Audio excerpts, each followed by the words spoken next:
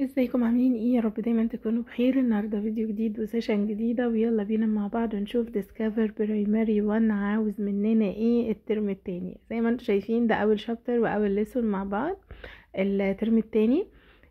برايمري 1 اولى ابتدائي، تجريبي لغات، تجريبي مميز، كلهم نفس المنهج والمنهج واحد. دي اول حصه ان شاء الله في المنهج. ما حبيتش انزل من اول الترم بحيث ان احنا الولاد ياخدوا نفسهم شويه ويركزوا في الماس والكونكت بلس. زي ما انتم شايفين كده الموضوع بسيط والدنيا جميله جدا. مش عايزاكم تقلقوا، والموضوع ان شاء الله اسهل كمان من الترم الاول. بشكر كل الناس اللي كلموني وشكروني ودعولي. مبسوطة جدا ان انا ساعدتكم وانا معرفكوش وانتوا من بلد بعيدة عني جدا ومن بلاد مختلفة، بس الحمد لله قدرت ان انا اساعدكم. والحمد لله مبسوطة جدا من درجات الولاد، والله اكتر من اللي بياخدوا عندي دروس. بالذات الولاد اللي كانوا مامتهم قلقانين على الدرجات وقلقانين من الامتحان وكده. مبسوطة ان المراجعات كلها جت في الامتحان، والولاد ما شاء الله جايبين درجات حلوة جدا، اللهم بارك. ان شاء الله الترم ده عايزين برضو نجيب فول مارك باذن الله. ديسكفر لذيذ وسهل والموضوع حلو جدا. يلا بينا نشوف المنهج عامل ازاي، وان شاء الله انتظروا سيشنز كل اسبوع باذن الله، عشان ما نجيش في الاخر ونراكم الدنيا فوق دماغنا. هنمشي واحده واحده كده مع بعض، وان شاء الله برضو الناس اللي مش مهتمه او كده، ان شاء الله برضو هنقدر نلم الدنيا خلال 3 اسابيع، اخر 3 اسابيع من الشيتس اللي انا هنزلها والتقييمات والنماذج وكده يعني. اوكي، يلا بينا نشوف اول ليسون بيقول ايه. ده شابتر 1 وده ليسون 1. اوكي، يلا بينا نشوف عاوز مننا ايه. اول حاجه بيتكلم عن حاجه اسمها النيدز اور وانتس. النيدز اللي هي الحاجات، النيدز دي جايه من فيرب يحتاج، يعني نيد. تمام، فهي جايه منها. النيدز اللي هي الاحتياجات اللي انا ما اقدرش استغنى عنها. خلينا الاول نشرح عربي وبعد كده هنتكلم ايه انجليش عشان الولاد. يعني ايه ما اقدرش احتاج لها، ما اقدرش استغنى عنها يا مس؟ يعني ما اقدرش ان انا اعيش من غيرها. زي ايه؟ زي الاكل، زي الشرب، زي الهواء، زي ال الهدوم، زي المنزل، البيت اللي انا عايش فيه. في حاجات كده نيدز بالنسبه لي ما ينفعش ان انا اعديها. تمام. طيب ايه الحاجات الوانتز؟ الحاجات الوانتز جايه من فيرب want يريد. تمام، يريد الحاجه يعني ممكن يستغنى عنها غير ما يكون محتاجها، يعني الاتنين عكس بعض. نيد ممكن، نيدز ما ينفعش استغنى عن الحاجه، انا محتاج لها. تمام. طيب الوانتز ممكن استغنى عنها، ممكن اتغاضى عنها. تمام، يعني مثلا نفسي في لعبة، نفسي في لعبة، اريد لعبة. تمام، فانا مش لو ما جبتش اللعبة مش هموت، لا يعني خلاص الدنيا مش هتقف. لكن ما ينفعش اقول ايه انا محتاج ميه واستغنى عنها، لا طبعا ما انا كده هموت. يبقى في حاجه اسمها نيدز اساسيات اللي هي الاحتياجات الاساسيه، والوانتز اللي هي الحاجات اللي انا ممكن استغنى عنها وممكن اجيبها وممكن لا، بمعنى اصح. الاكتيفيتي اللي هو عامله لي ده، تعالوا نشوف كده هنفهم منه اكتر الدنيا. بيقول لي color the circles of needs in red. لون السيركل الخاصة بالنيدز باللون الريد. and the circles of wants in green. والسيركل اللي هي خاصة بالوانتز، الحاجات اللي ممكن استغنى عنها، بالجرين. تمام. then write their numbers. وبعد كده هنكتب النمبر بتاعهم ايه تحت، بتاع دول وبتاع دول، يعني نجمعهم يعني. يلا تعالوا نشوف كده. اول بيكتشر عندي بتقول ايه؟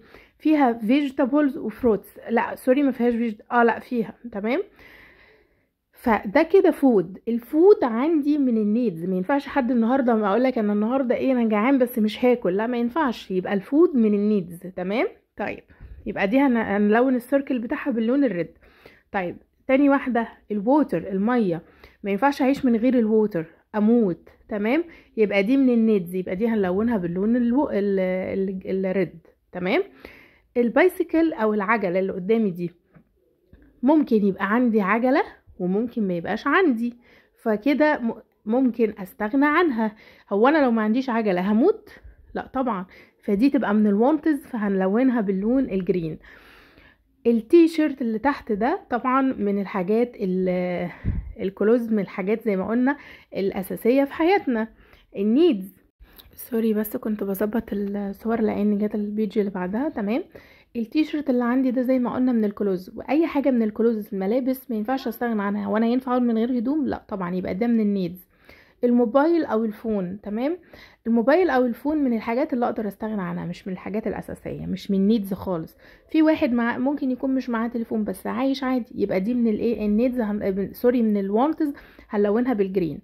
البريد اللي هو العيش، ينفع اعيش من غير ما اكل عيش او كده؟ لا طبعا، يبقى البريد من الحاجات النيدز، هنلونها بالريد. البريد بالريد. الكاندي اللي هي السويتس، اللي هي اللولي بوب والبونبوني والحاجات دي كلها، الحاجات دي طبعا لو انا ما اكلتهاش فده عادي، فطبعا هتكون بالنسبه لي من الحاجات الايه الوانتز، لان ممكن ما اجيبهاش واعيش عادي جدا، فدي مش اساسيه في حياتي. الهوم او الهاوس او الشيلتر، التلاتة اللي هم بمعنى كلمه منزل او مأوى او بيت، ما ينفعش نعيش من غيره، فطبعا ده هيبقى من الحاجات النيدز لاننا محتاجينه جدا. في انسان ممكن يعيش من غير ما يكون عنده مأوى اللي هو الشيلتر، او ممكن يعيش من غير هاوس او هوم من غير بيت، لا طبعا. البول اللي هي الكوره، دي لعبة. التويز عامة اللي هي الألعاب كلها بتتحط تحت بند الوانتس. بمعنى ايه؟ بمعنى ان انا ممكن استغنى عنها، وانا لو ما عنديش كورة مش هعرف اعيش؟ لا طبعا. لو انا ما عنديش مثلا تيدي بير اللي هو الدبدوب، مش هينفع اعيش. فكل التويز بتتحط تحت بند الوانتس مش النيدز، تمام. طب ايه النيدز؟ النيدز زي الووتر والفود والاير اللي هو الهواء، والشلتر او الهوم او الهاوس، الحاجات دي، والكلوزت الملابس، تمام. فكل الحاجات دي نيدز. لكن الحاجات اللي اقدر استغنى عنها زي التويز بقى، بايسيكل، البول، التيدي بير، الحاجات دي كلها بتتحط تحت بند الوانتز اللي هي ممكن استغنى عنها، تمام. يلا بينا نشوف اللي بعده، البيج اللي بعدها بتقول ايه. هنا بيقولي stores and marketplaces، المحلات والأسواق، تمام. تعالوا نشوف هو عاوز ايه. هنا بيقولي circle the goods that you can buy from each store then trace the words. عايزنا نشوف كل goods بمعنى كلمة بضائع أو بضاعة، تمام، أو منتجات. عايزنا نعمل circle على الحاجة اللي ينفع نشتريها من المحل أو السوق ده، تمام. وبعد كده تريس ذا ووردز، ان احنا هنتتبع الكلمه اللي موجوده تحت، لان الكلام ده المفروض نكون حافظينه اورال او ريتن، بس الافضل يكون اورال وعارفين المعنى مع التكرار. هنحفظها زي ما الولاد عندي، لان طبعا بريماري 1 سنهم صغير جدا عن ان هم يحفظوا الكلام ده، بس لو احسن ان احنا نحفظها ريتن كتابه فهيكون احسن. يلا بينا نشوف. اول حاجه بيقولي الجروسري ستور. ايه هو الجروسري ستور؟ الجروسري ستور هو محل البقاله. مش معنى البقاله ان هو بيبيع شيبسي وبسكوت، لا، بيبيع اللي هو بيبيع الفروتس، الفاكهه، بيبيع الفيجيتابلز، الخضار والحاجات دي، تمام.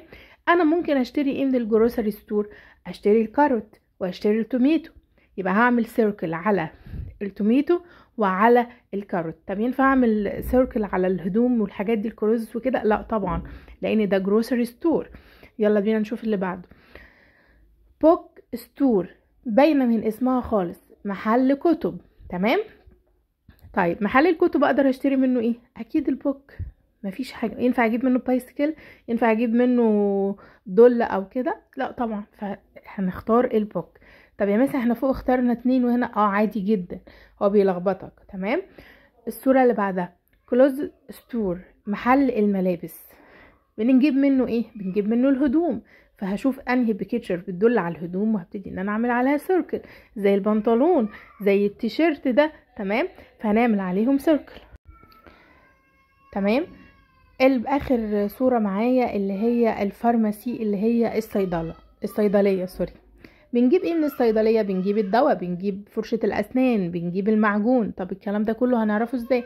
الفارماسي بنجيب منها الميديسين اللي هو الدواء، وبنجيب منها التوز براش اللي هي فرشه الاسنان، او التوز بيست المعجون اللي هو في الصوره جنب التوميتو ده. هنعمل على العلاج السيركل، وهنعمل على التوز بيست اللي هو المعجون الاسنان سيركل. مش احنا ما بنعوز فرشه اسنان او معجون اسنان او علاج بنروح الصيدليه؟ طبعا الولاد فاهمين كل الكلام ده بالعربي، فاحنا هنبتدي نديهولهم بالانجليش اورال. هبتدي ان انا اقول له ازاي؟ هبتدي اقول له الفارماسي بنجيب منها ايه؟ هيقول لك الميديسين والتوز براش او التوز بيست، تمام.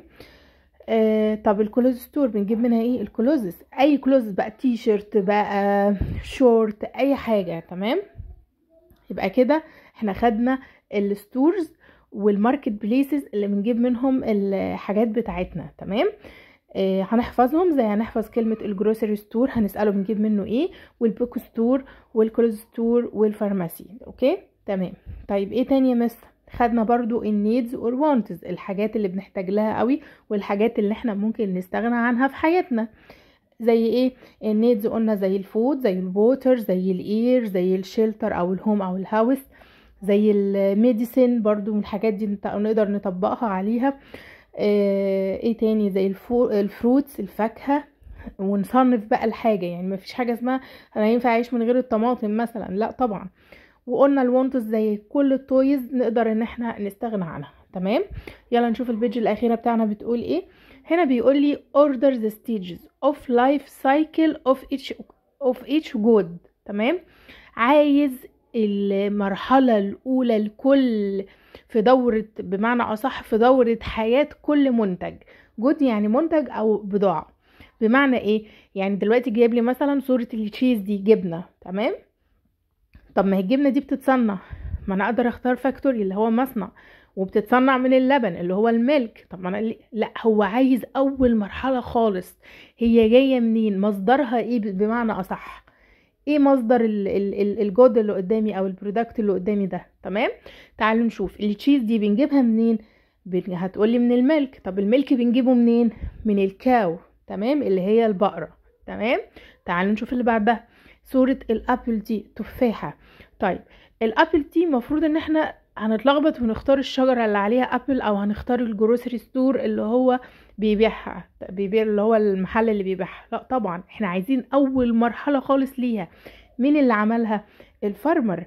الفارمر كان بيزرعها فبدأت ان هي تطلع لي، فهنختار الفارمر. تمام، اخر صورة معايا بيقول لي التيشيرت. تمام، التيشيرت ده اول مرحلة ليه خالص كانت ايه؟ في الثلاث صور اللي قدامي اكيد كانت الكوتون، ودي زهرة القطن يا جماعة، يا ريت نحفظهم شكلها. تمام، هي دي اول مرحلة في دورة حياة الكلوزس. تمام، يلا بقى تعالوا نرجع تاني من الاول تاني للصور.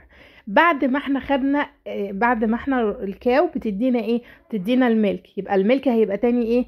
تاني حاجة. يبقى الميلك في اول صورة هيبقى نمبر 2. يبقى احنا كده الكاو نمبر 1 والميلك هيبقى نمبر 2. طيب اخر مرحله خالص بقى بتتصنع اللبن. هم بياخدوا اللبن يعملوه تشيز، جبنه وكده، ويوجرت اللي هو الزبادي والكلام ده كله. فين؟ في الفاكتوري اللي هو المصنع. دايما الفاكتور بيبقى اخر، يعني ايه، في بعض الحاجات بيبقى اخر حاجه. تمام تمام. طيب تاني حاجه عندي بيقول لي الفارمر. احنا خلاص قلنا الفارمر زرع السيدز اللي هي البذور. تمام، فتاني مرحله هتبقى ايه؟ هتبقى طبعا هتكبر جرو اب، هتكبر على الشجرة. تمام، وبعد كده بناخدها نوديها للجروسري ستور اللي هو المحل. تمام، يبقى الشجرة دي هتبقى نمبر 2 والجروسري ستور هيبقى نمبر 3. طيب احنا قلنا التيشيرت اول مرحلة في الكلوزس خالص بتبقى زهرة الكوتون اللي هي القطن. تمام، اللي احنا شفناها لونها ابيض في بني دي. طب تاني مرحلة بنعمل فيها ايه؟ بناخده قطن كده نوديه المحل، ولا لا، بيروح المصنع. يبقى الفاكتوري هنا هيبقى نمبر 2. تمام، بعد كده بعد ما بيتصنع بيبتدي يتعرض في المحلات الملابس، واحنا بنروح نشتريه فهيتحط في الكلوز ستور. هي مس كل حاجة ليها لايف سايكل. اكيد كل حاجة في الحياة ليها لايف سايكل وليها ستيجز، مراحل بتمر بيها زيها زي النبات زي الانسان زي كل حاجة. تمام، لو حابين ان انزل لكم الورق ده PDF عشان الناس اللي مش جايبين كتب عرفوني وانا هنزله لكم في الكومنتس. وما تنسونيش بدعوة حلوة واشتراك للقناة وكومنت حلو ولايك عشان نكبر بيكم والفيديو يوصل لاكبر عدد من الناس نساعدهم. هستنى ان شاء الله كومنتاتكم واسئلتكم. مع السلامة، باي باي.